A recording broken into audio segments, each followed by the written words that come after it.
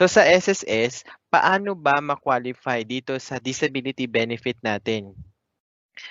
A member who becomes permanently disabled either partially or totally with at least one monthly contribution paid to the SSS prior to the semester of contingency is qualified. So sinasabi dito na ang isang miyembro ng SSS, kahit isa lamang ang naihulog mo, qualified ka na sa disability benefit. Regardless kung anong halaga po ng inyong hinulog, basta nakapaghulog ka na kahit isa. Ganyan kaganda ang membership sa SSS. May benepisyo na sa paggabalda ang ating member na nagkaroon ng disability. Tandaan nyo po, may binabanggit dito na two types of disability, partial and total disability. Pag-usapan natin para nang sa ganun, mas malinaw po ninyong maunawan ano bang pinagkaiba ng dalawa. So una muna po ay ang permanent total disability.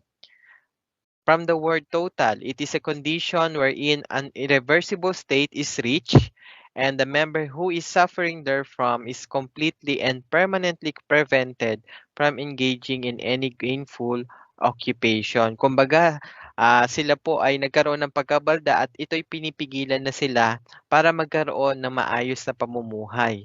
Halimbawa po dito ay yung pagkaputol ng dalawang paa, dalawang kamay, o pagkabulag, pagkawala ng pandinig, no? Pag gano'n din naman po yung mga cases, halimbawa meron po siyang mental disorder or disability at talagang baldado na po yung kanyang pangangatawan, bedridden na po siya, yan po ay maiko-consider natin na permanent total disability. Okay. Kabilang na rin po dyan yung removal ng female organs, reproductive organs po natin. Pero dapat para ma-entitle ang isang babae po ay below 45 years old. Katulad po ng loss of uterus pati yung isang ovary o pwedeng both ovaries or isang ovary lang. So ito po ay makikinukonsider under permanent total disability. Ayan. Pero 'di ba iba pa po yung batas sa Magna Carta Law. Sa Magna Carta Law, maaari po mabigyan din ng leave ang ating female members. Basta sila po ay nagkaroon ng operation sa gynecological or reproductive part ng kanilang pangangatawan at sila po ay below 45 years old. Same din po sa total disability, ikino-consider din po ang removal o loss of uterus and ovaries ng ating mga female members basta sila po ay below 45 years old. Yes po, kabilang po yan. Partial disability naman po, sinasabi po dito na ang partial disability is the complete and permanent loss of use of any body parts, but does not totally prevent a member from engaging in a gainful occupation even if his condition is in incurable state. Sinasabi dito na ang permanent partial ay pagkawala o maaaring permanent na nawala o nagkaroon ng pagkaputol sa bahagi ng katawan ng ating miyembro, pero hindi naman ito pinipigilan ng miyembro natin na makapagtrabaho at kaya niya pa rin kumilos, gumawa at kumita ng sa kanyang kabuhayan. Halimbawa nito, yung ating loss of two limbs, yung nagkaroon po siya ng insanity, yung mga ano po natin, pagkaputol ng ating mga daliri, mga kamay, paa, yan po. Yan po yung mga permanent partial disability po natin. So tandaan niyo po pag sinabing permanent partial, apart lang po ng katawan. Permanent total naman ay yun po yung talagang baldado na yung kanyang pangangatawan at hindi na po kayang kumilos, magtrabaho, gumawa. So ngayon po, regardless kung permanent partial or permanent total, magbibigay po tayo ng benepisyo sa ating mga miyembro. Maaring ito ay monthly pension or lump sum. Monthly pension ay binibigay natin sa mga members natin na nakapagbayad ng hindi bababa sa 36 months na hulog bago ang semester ng disability o pagkabalda.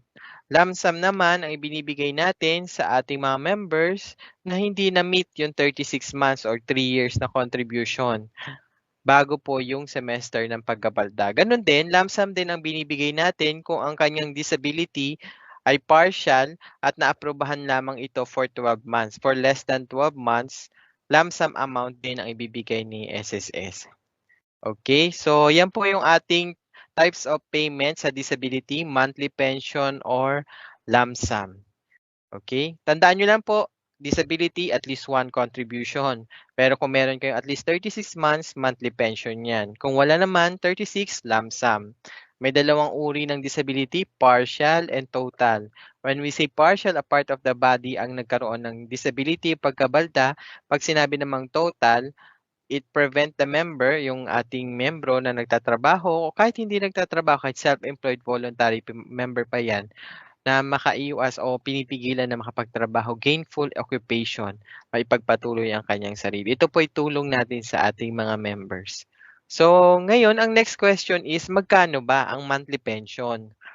Ang monthly pension ay binabase po natin, una, nakikita na po natin sa ating screen, yung bilang ng contribution ng ating miyembro, at pangalawa, yung years of membership prior to the semester of contingency. Sa SSS, ang term po namin dito sa years of membership ay Credited Years of Service or CYS, ang acronym po niya. Ang minimum pension sa ngayon ay 1,000 pesos for members na merong hindi bababa sa 10 credited years of service or CYS. 1,200 naman kung meron kayong at least 10 credited years of service at 2,400 naman po kung at least 20 credited years of service. Dagdag pa rito, halimbawa, qualified kayo sa 2,400. Example lang naman, dadagdagan pa natin yan ng 1,000 kada buwan. Yan, 1,000 per month additional benefit natin. Okay. Panghabang buhay po ba ang pensyon sa disability? Para po sa mga magpe-pension under permanent total disability, lifetime po ito. Monthly pension is for life. However, the pension shall be suspended if a member, number 1, 2, and 3, number 1, recovers from the permanent total disability, nakarecover po ang ating miyembro, siya po ay nagtrabaho na ulit, or nakalimutan niya, o nalimot niya na mag-report para do sa ating annual confirmation of pensioners o yung tinatawag po nating ACOP na mamaya tatalakayin po ng ating pangatlong speaker. So lifetime po yan, pero masususpend kung nagawa po yung alinman sa tatlo po na nabanggit dito sa ating screen. Pag permanent partial naman, ang monthly pension ay nakabase sa bilang ng buwan na naaprubahan ng ating medical specialist base sa degree ng kanyang paggabalda or disability. Yung tinatawag po nating degree of disability.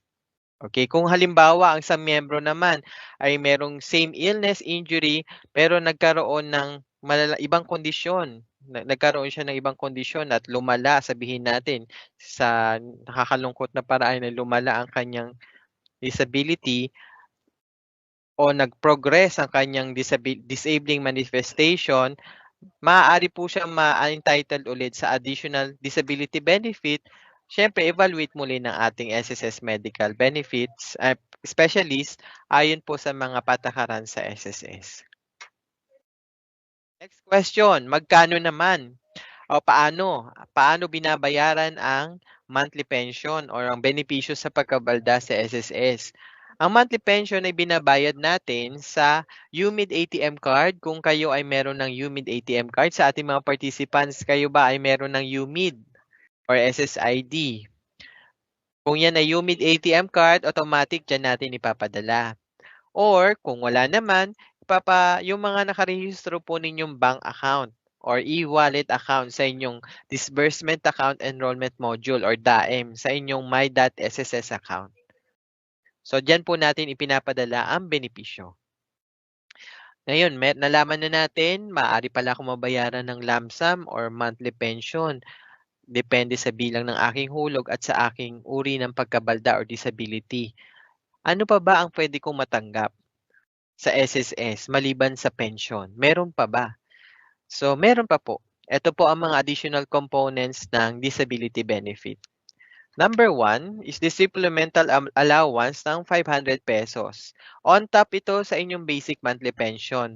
Bigay na yan ni SSS sa inyo. No, para additional financial assistance para ma-meet natin yung ating extra needs sa ating disability. Kung meron tayong mga ibang pangangailangan, bigay na po yan ni SSS. Every December din, nagbibigay tayo sa ating mga disability pensioners ng 13-month pension. Payable every December. Yan, dapat yung pension mo kung partial po yan, at least 12 months pension duration para makatanggap ng 13-month pension. Yan, may bonus din sila. At syempre, tax-free po ito. Ang benepisyo po natin ay tax-free. At panghuli, kung meron po tayong mga dependents o mga anak, yan man ay legitimate, legitimated, legally adopted, or illegitimate child, basta sila po ay below 21 years of age, qualified po sila mabayaran under dependence pension. Idadagdag po natin ito sa makukuha nyong benepisyo sa pagkabalda. Hanggang 5 bata babayaran po natin. Pero kung meron kayo more than 5 minor children, sisimulan po natin sa pinakabunso, sa mas bata, para mas matagal-tagal yung matatanggap yung dependence pension. Kung ang ating namang anak po o ang ating dependent ay merong disability or congenital disease mula nung siya ay minor de edad pa o maaaring pagkasilang pa lamang, lifetime yon na makakatanggap ng dependence pension. Lalo na kung total disability yan, lifetime na tatanggap ng dependence pension ng ating mga anak. Subject for evaluation, of course, ng ating SSS medical specialist. Next question naman dito, what will happen to the monthly pension of a disability pensioner in case of his or her death? Ano daw po ang mangyayari sa pension ng ating pensioner kung namatay po siya? So, nandito na rin po ang sagot. Yan. Upon the death of a permanent total disability pensioner, the primary beneficiaries as of the date of disability shall be entitled to, ilang percent po? Ilang percent? Yes, 100% of the monthly pension and the dependents to the dependence pension excluding the supplemental allowance. From disability, magiging death benefit claim na ito. Of course, sa death benefit claim, wala naman tayong tinatawag na supplemental allowance. Ang supplemental allowance ay pinagkakaloob lamang sa disability benefit.